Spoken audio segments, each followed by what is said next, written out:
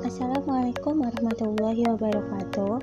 Saya Anesmigo Octaviana akan menjelaskan tentang perdagangan internasional dan neraca pembayaran.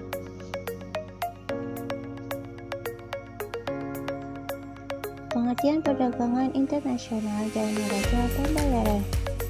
Perdagangan internasional adalah pertukaran barang dan jasa antara dua atau lebih negara di pasar dunia. Dewasa ini, hampir tidak ada negara yang mampu memenuhi semua kebutuhannya sendiri tanpa mengimpor barang atau jasa dari negara lain. Begitu pula, suatu negara yang memiliki surplus dapat mengekspor produknya ke luar negeri. Dalam sistem perdagangan internasional, biasanya suatu negara yang melakukan impor barang ke luar negeri tidak terorientasi kepada laba atau keuntungan. Akan tetapi, pemenuhan kebutuhan akan barang terhadap masyarakat negara tersebut. Contoh dari perdagangan internasional misalnya Jepang, sebagai negara yang ekonominya kuat dan maju, masih mengimpor gas alam cair atau liquid natural gas dari Indonesia. Sedang Indonesia mengimpor barang-barang modal dari Amerika untuk keperluan pembangunan industri.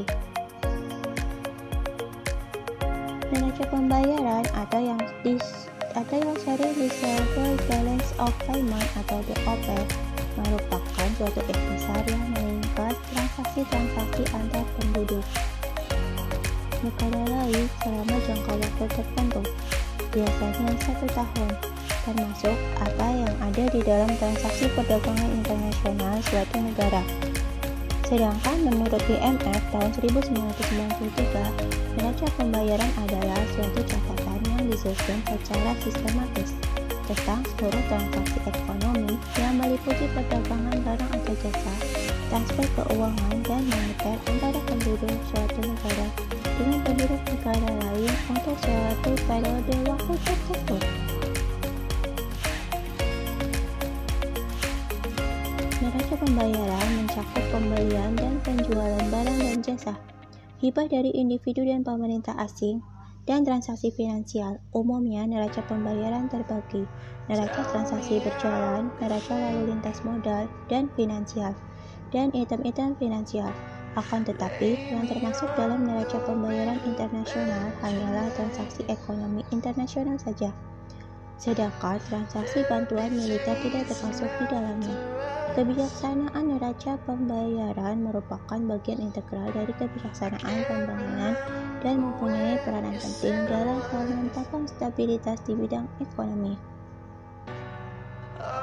Faktor-faktor pendorong adanya perdagangan internasional. Yang pertama yaitu keanekaragaman kondisi produksi, yang kedua penghematan biaya produksi atau spesialisasi, yang ketiga yaitu perbedaan selera. Komponen neraca pembayaran pertama yaitu neraca barang atau neraca perdagangan. Neraca barang disebut juga neraca transaksi berjalan. Ekspor barang merupakan transaksi kredit karena transaksi itu menimbulkan faktor menerima pembayaran, menyebabkan terjadinya aliran uang atau dana masuk ke dalam negeri. Impor barang merupakan transaksi debit karena menimbulkan kewajiban untuk melakukan pembayaran kepada negara lain atau menyebabkan aliran dana atau uang ke luar negeri. Selanjutnya yang kedua ada neraca jasa. Neraca jasa meliputi transaksi ekspor dan impor jasa. Ekspor jasa meliputi penjualan jasa angkutan, turisme atau pariwisata, asuransi, pendapatan investasi, dan modal di luar negeri. Ekspor jasa termasuk transaksi kredit. Impor jasa meliputi pembelian jasa dari penduduk negara lain, termasuk pembayaran bunga, dividen, atau keuntungan modal yang ditanggung di dalam negeri oleh penduduk negara lain. Transaksi dalam neraca pembayaran. Yang pertama adalah transaksi debit, yaitu transaksi yang menyebabkan mengalirnya arus uang dari dalam negeri ke luar negeri. Selanjutnya ada transaksi kredit, yaitu transaksi yang menyebabkan mengalirnya arus uang dari luar negeri ke dalam negeri. Tahapan dalam neraca pembayaran. Yang pertama yaitu negara debitur modal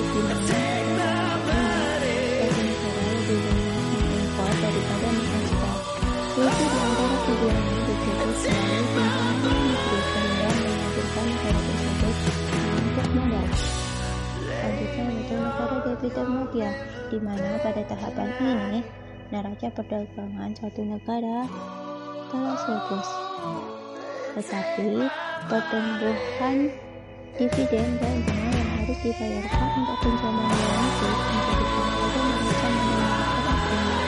Selanjutnya ada negara debitur media, di mana pada tahap ini suatu negara menjalankan ekspornya secara luar biasa, bahkan negara meminjamkan kepada negara-negara kecil. Selanjutnya ada negara kreditor media, di mana pada tahap ini pendapatan mahal dan investasi luar negeri memberikan surplus cukup besar terhadap pos tak tampak yang kemudian diseimbangkan dengan defisit neraca perdagangan. Selanjutnya yaitu masalah dalam analisis neraca pembayaran.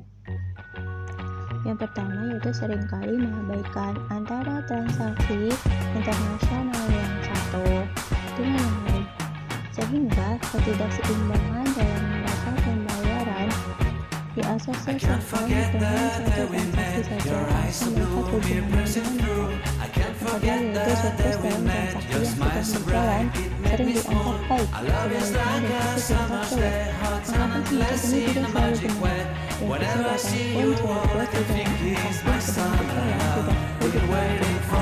karena defisit atau surplus tersebut diimbangkan dengan anggaran defisit atau keluar dalam jumlah yang yang selanjutnya yaitu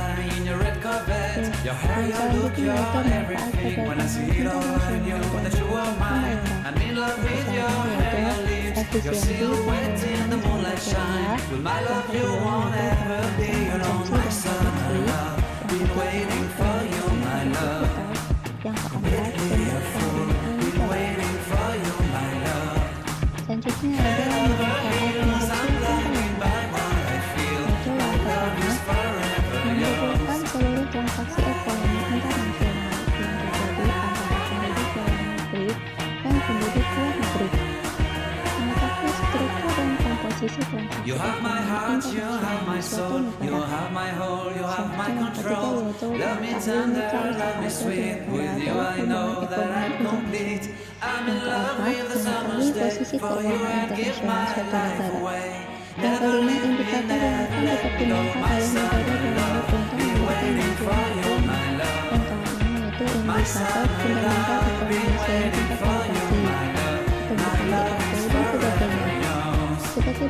Selanjutnya itu sebagai bahan pertimbangan pemerintah dalam mengambil langkah di bidang ekonomi, mengambil kebijakan di bidang moneter dan fiskal, mengetahui pengaruh hubungan ekonomi internasional terhadap pendapatan nasional, mengambil kebijakan di bidang politik internasional. Kesimpulan dari pertemuan ini yaitu yang pertama, perdagangan internasional adalah pertukaran barang dan jasa antara dua atau lebih negara di pasar dunia. Sedangkan neraca pembayaran adalah suatu etisar yang meringkas transaksi-transaksi antara penduduk suatu negara dengan penduduk negara lain selama jangka waktu tertentu. Jadi, perdagangan internasional merupakan bagian yang tercatat di dalam neraca pembayaran. Selanjutnya yang kedua yaitu neraca pembayaran digunakan oleh pemerintah untuk melihat kondisi perekonomian di Indonesia, terutama eksistensinya dalam sistem perekonomian internasional, serta dijadikan sebagai bahan pertimbangan untuk hal-hal terkait praktek hubungan ekonomi dengan negara lain. Neraca pembayaran juga dapat membantu dalam pengambilan keputusan bidang moneter, fiskal, perdagangan, dan pembayaran internasional, terutama dalam kegiatan ekspor-impor. Sekian penjelasan dari saya, semoga bermanfaat. Terima kasih. Wassalamualaikum warahmatullahi wabarakatuh.